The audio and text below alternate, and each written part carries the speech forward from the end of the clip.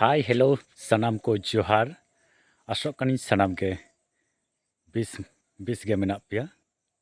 तो तिहिन दो बन गालमारावा आदि हर को मेना कामी रिया टॉपिक्स निये आदि हर को मेना जे चीज इन कामिया आम चीज एम बाराया और चीज एम खोजो कना आमा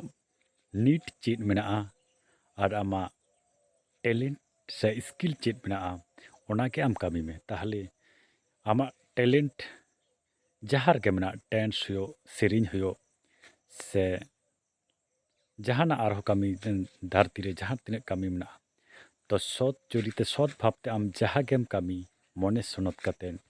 सत चरित्र के ओने गुरु गंके मेनका सत चरित्र के दाड़ी दो मेना और दाड़ी के धन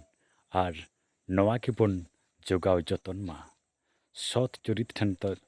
बाड़ी तो तीस हो बाय दाड़ी हयतो मिड बार दिन नासिया एटकेटोड़े रे तहेना ठीक गया मेनखान सत चरित्र तो बाय दाड़ेना मने सब समय अबवा उइहर दाड़ी से थिंक पावर तो आदि चितान बन से लाटू की बन दोहो का मा